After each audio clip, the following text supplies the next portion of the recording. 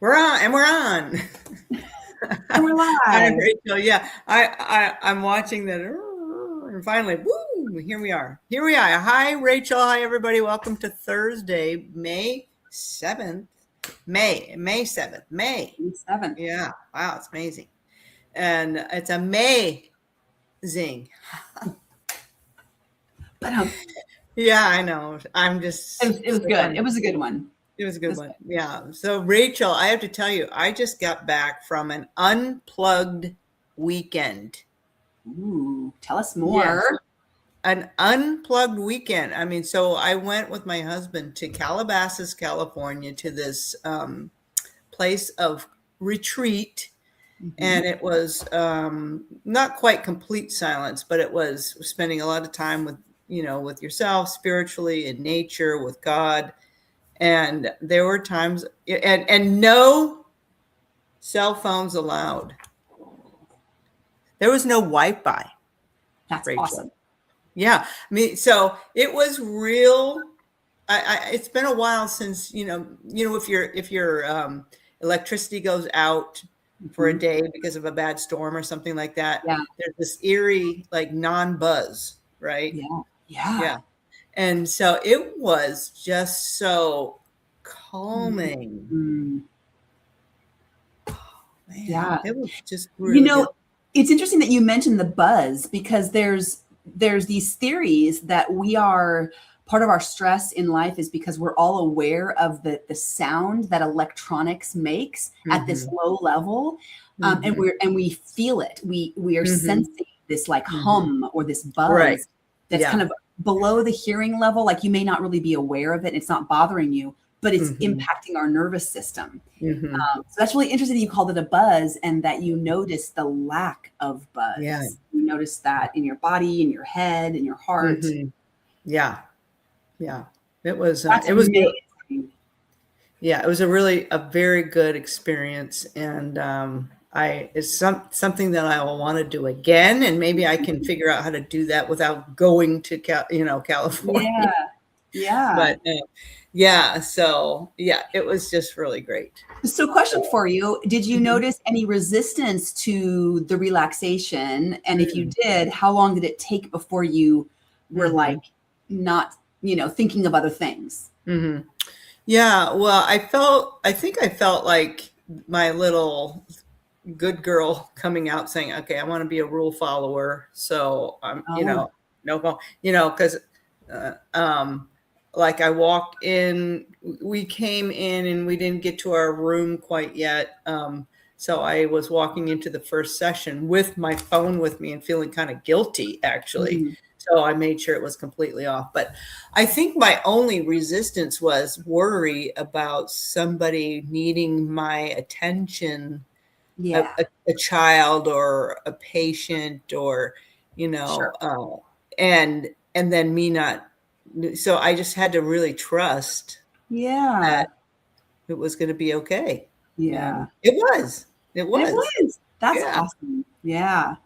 Yeah. Oh, fun. So, What a great idea. I'm trying to think about ways like you've got my creative juices going. How could I create something like that for myself if I wasn't able to get away and go to Calabasas, or if I couldn't afford a retreat like that? How could I create something like that in my own home or with some friends? Yeah. Or I know you and I have talked about creating some, weekend retreats and weekend programs for patients and clients. Yeah. So Rachel, I didn't even take any pictures. Oh, wow. You were just really present. Yeah. Yeah. How wonderful. I didn't even know what time it was. They suggested bringing an analog watch, but I have one, but the battery was out and I didn't allow time to fix that or whatever. So I didn't even have a watch. So I love that. I had to go by the sun. I had to go by the sun, Rachel. I love when you don't know what time it is, when you're just completely, yeah, that's amazing. That's the best. Yeah. So anyway, I did get a lot of walking in though. It was just a beautiful place and in a beautiful wooded setting. Actually, I think this area was where they filmed that TV series MASH. I might be dating myself. Yeah. And then other big movies like Planet of the Apes and things like that. So yeah, so this was that area. So it was kind of beautiful trails and things. Of course, there were rattlesnakes, Rachel. Rattlesnakes. You had to be careful. Yes. Yes. Yeah. But yeah, so I did a lot of, Rachel, I did a lot of strolling and not a lot of scrolling. And there it is. Ready for this? Yeah. Well done. Thank you. You are the master of segue, and I've just put it up there on the tee, and I'm going to knock it out of the park. This is on my T-shirt. Oh, you can see it. Tell us about that. Where'd you get that? A little less scrolling and a little more strolling. A client of mine, patient of yours, we were talking in our group, weekly group coaching cohort. And I don't remember exactly the topic and how we got to this, but we were talking about, the excuses we make in exercise, kind of what we had been talking about in the podcast, and how many folks will spend 1 to 4 hours a day mindlessly scrolling either the news or their games or just social media or whatever. And that's time. And then they say they don't have time for movement. I don't have time to walk. I can't fit it in my day.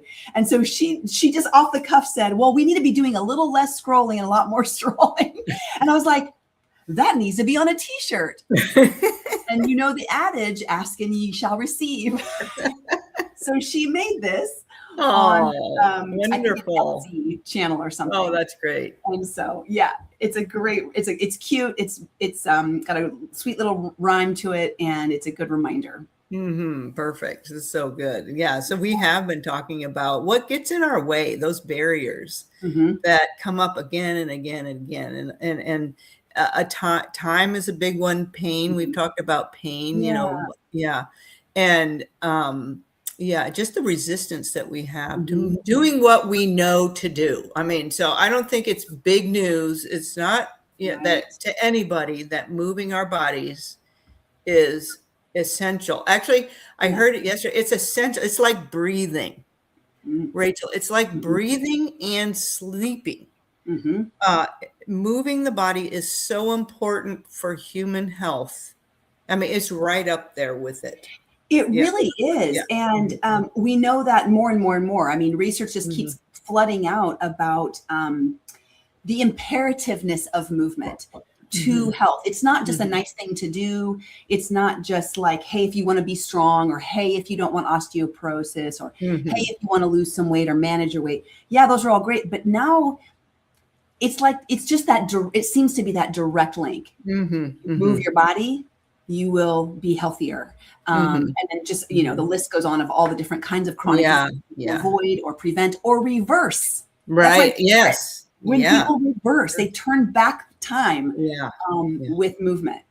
Yeah. And the easiest way and we've been talking about that. So, and the stories that we tell ourselves. And then I've been wondering and thinking about, what is it when people get when it clicks for somebody,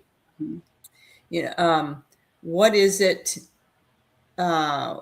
when patients finally, close that gap between knowing and then actually walking it out. Yeah.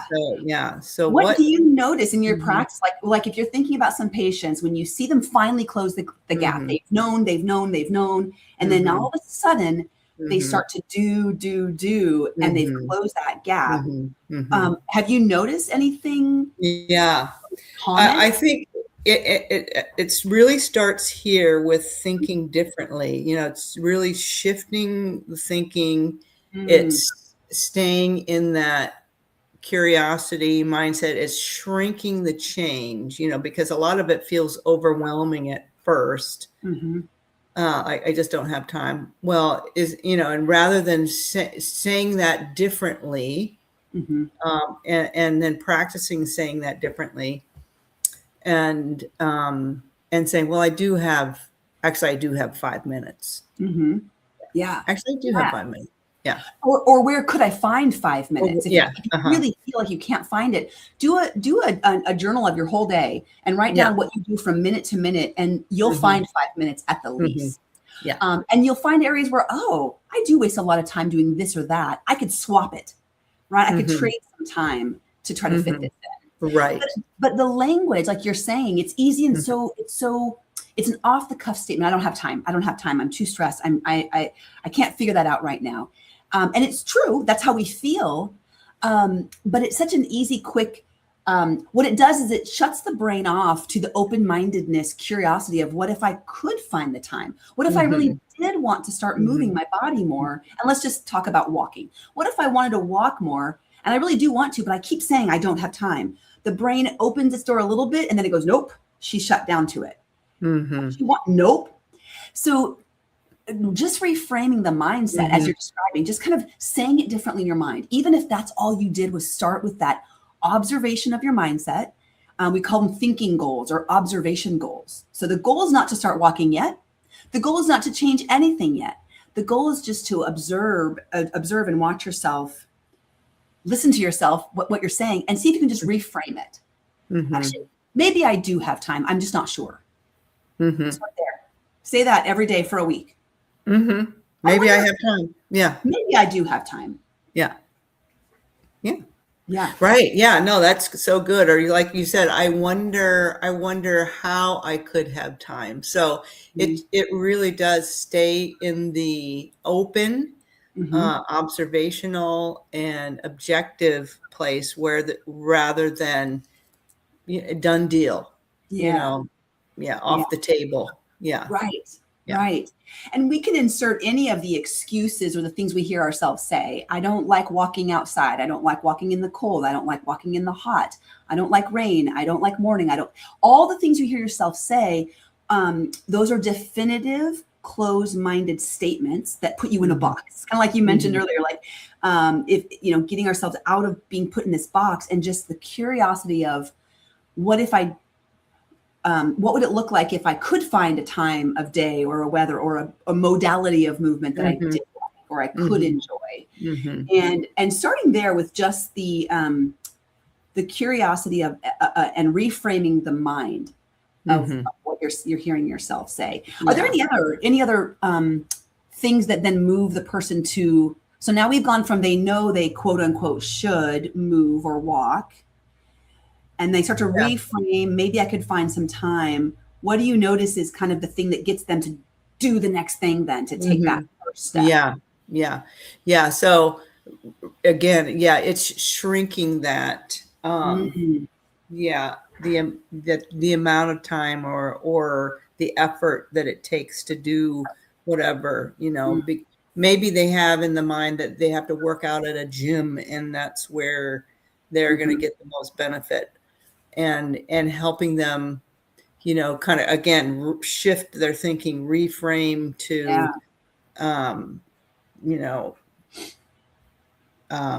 using what they have at home. Shrinking. We call it, in the habits world, it's, they talk about scaling back. Scaling down your habit. Maybe you have a goal you'd like to hit, or there's a number you feel like is important for health. Maybe you see it in Instagram, how much you should be exercising every day or every week. Right. But you can't start there. And when it feels so overwhelming to think, how am I ever going to work up to that much? And it might really feel like there's no way you could get to that level. What if that wasn't your goal? What if your goal was just a scaling down and make it small and a tiny step, with the curiosity of, I wonder what kind of health benefits I could see from just starting, or I wonder what kind of health benefits I could see from just 5 minutes, rather than there might be this goal out there that the CDC tells you should do. Okay, great, but what about you? What could you do? What should you do for you? Right. Yeah. And that really takes an awareness of the now and the not yet, an awareness of where you are now, and then paying attention to how much maybe the 5 minutes a day, maybe you've improved your flexibility or mobility, or maybe and you're paying attention, and gosh, maybe you're sleeping a little bit better. Maybe. So it's being aware of how you feel in your body now, and then being willing to pay attention to how that small amount of movement is going to change the needle for you. Yeah. Being aware and taking notice of how it is changing you. I can't say that I've worked with a single client who's ever said, I started moving my body more and I feel worse. It was the worst decision I've ever made. Never The once. other thing along with that, Rachel, is to lower the expectation of magic. Right. Yes. Right. Yeah. Some people think that they hear people talk about endorphins when they exercise, or Right. the runner's high. Y'all, it takes a lot of running and exercising to get to that endorphin level. Nope. Right. Don't look for that.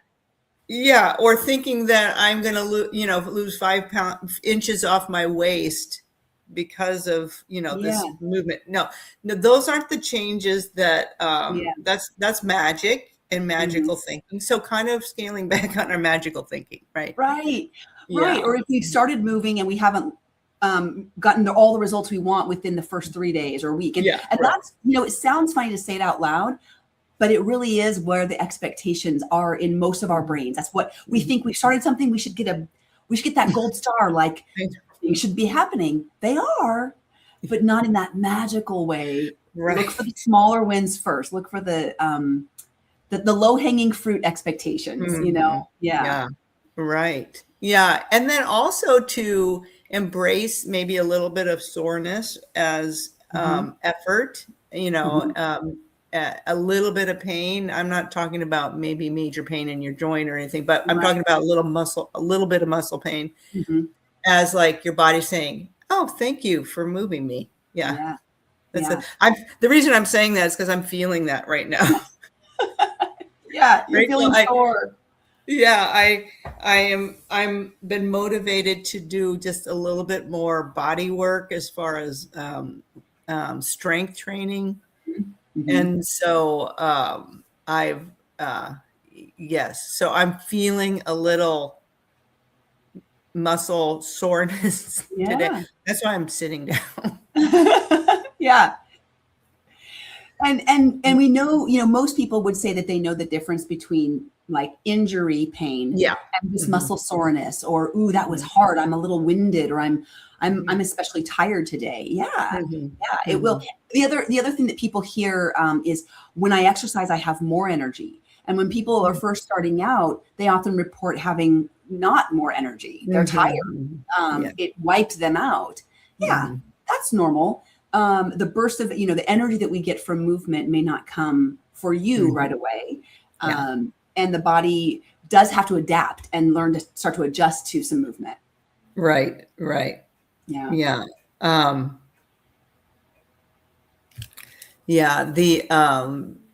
The other thing is that accept that small, don't the expectation of letting go of the expectation that I have to do this every day or I'm not doing it. So that all or none thinking kind of. Yeah. When clients show up consistently and not perfectly, and they give themselves permission to not be perfect, they stick with it more. The goals are more are more doable.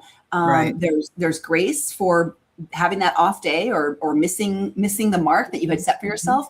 But when they consistently keep going, well, this week I did it once, last week I did it twice, the week before I didn't do it at all, but there's it's like this kind of bumpy road, but overall you're seeing continuing showing up for themselves. And eventually frequency increases, duration increases, intensity increases, the habit starts to form, people start to figure out in their day, and it can take months before a person can really figure out when and where their exercise fits in the day. And then the season changes and you have to adapt again. You're changing it up a little bit. Yeah. Right. Yeah. I recently moved from inside to outside. And I know I've said this before, but it is in the morning as the sun's coming up. It's just so good. And and you're adapting. Maybe you did have an injury and you're adapting to that. I know I think you injured your something, and so you had to cut back on running for a little bit. How's Yeah. that going for you? How are you doing? Yeah, we're starting to increase running. What's interesting is during the process of healing and recovery, I took the pressure off. It was hard. I'm not going to lie. There was a lot of days where I felt like I used to be that runner girl, and now I can't be the runner. And it was a loss of an identity and kind of a loss of something I love to do. Like I love to do it. And so there was a mourning process, but then kind of a renewal of a new identity of this person who doesn't have to push so hard, and the risk of injury is now no longer, because I was always a little worried about it. Don't get hurt, don't overdo it. And I discovered and developed a new appreciation for my body and the way my body can move now. And I kind of redesigned a new goal for what I want my body to be able to do now and into my aging years. And that's different, than being a runner person. That for me, running, as much as I was not going to follow me all the way through to my 90s. That didn't look like it was going to be. But what I'm doing instead is these little walk jogs. I'm in my neighborhood. I'm going to walk from this stop sign to that stop sign. And then I'm going to jog from the next stop sign, And so it's these little, so I get the feeling of my heart rate increasing a little bit. Feels good in my body to kind of like, oh, I can still do it. It's a slow pace. It's a gentle, easy pace. And then I walk. So kind of like a HIIT workout, kind of like these bursts, and it feels good. And I can do it with zero pain. Zero ramifications. So that tells me I'm on the right track. So that's where I'm at. Yeah. With it. Yeah. So great. Yeah. Good. Yeah. I think that recommitment every day that you're going to do the best you can to take the best care of yourself. And that involves, moving and nutrition and, prioritizing sleep and getting the water in, so it can feel like a lot. But it's our basic human needs. It really is. And if you're just starting out, pick one. Pick the one area that would give you the most bang for your buck, or the one area that you're interested in. You really you feeling the need to move in that direction. We call that a keystone habit. Maybe it's the one that for me, exercise is my keystone. If I'm moving my body, all of my other habits are just easier to do, and I want to do them, and I want to eat healthy. If I'm exercising, I want to exercise better. I want to eat better. I want to sleep better so that I can exercise more. Right. So find that keystone habit for you that if you do this thing, you'll start to feel better about yourself. You'll feel proud, accomplished, start to feel a little healthier. And then now suddenly all the other health habits look a little bit more attractive. Yeah. But start with one. Start with one area. Yeah. Right. And I so agree that they kind of snowball into each other. I've committed now to the increase in my the weight training, not every day, but every other day. But today I'm feeling, wow. And this recovery day, I'm like, I need to get some really good protein in there. And guess what I re-upped? I re-upped my nutritional yeast, Rachel. Ooh. Yeah. How did you add it? I did it. I cubed some eggplant and I tossed it with eggplant and roasted the eggplant. Yum. Oh, really so good. Really good. So good. So I have to say that they fed us well at this retreat, and it was actually really good food.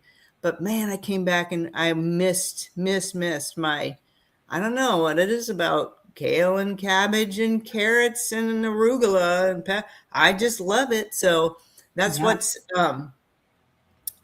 waiting for me on the other side of the door. Ooh, yum, for lunch. For lunch. Okay, you got to get to it. With my eggplant and my nutritional yeast, and then I'll figure out probably some yogurt. I gotta get some protein in there too. And your probiotics and my probiotic. Yeah, that's right. Yeah. So what's for dinner for you tonight, Rachel? Yeah, we're headed over to Central Oregon to camp. So I've been doing a lot of food prepping. So we've got a couple different soups that are just easy to freeze and then easy to thaw. They're just so easy to make. You're not doing a lot of cooking while you're out there. So tonight is going to be, it's called the dilly bean frizzled onion soup. Ooh. my gosh, it smells amazing. I took one bite of it as it was cooking. I'm like, oh, this is going to be so good. And I have a friend who just made us a fresh loaf of sourdough, double fermented sourdough bread. Double fermented. Tell me, I don't know about that. Double ferment. So you have just that higher level of fermentation. Oh, higher just level. kind of a longer ferment, or a longer ferment. Yeah, she tries to go, I think, 36 or 40 something that's hours. great. Yeah. Yeah. Wow. And then a little dollop of some high protein yogurt instead of sour cream. I use yogurt because it's that high protein, and then it makes it creamy. So yeah, that's probably dinner for the next couple nights. Oh, sounds great. Yeah. Yeah. All right. Well, you have you might be able to unplug then this weekend. Yes, Yeah. I will do some unplugging. Yeah. Okay. And happy Mother's Day to you and to all the moms out there. Happy Mother's Day. Oh, that's right. Yes. My daughter's coming for this weekend. So so good. Yeah. So good. All right. Well, this is good. I'm motivated. To keep going. Keep pushing into that soreness. One in front of the other. I'm motivated to keep strolling and less scrolling. That's right. And join us next week because we're going to keep going with this topic. We're going to talk about the gap between knowing and doing. We're going to talk a little bit about identity and a little bit more about embodied knowing. So what does it mean to embody the knowing that you have? Okay, I want to learn about that.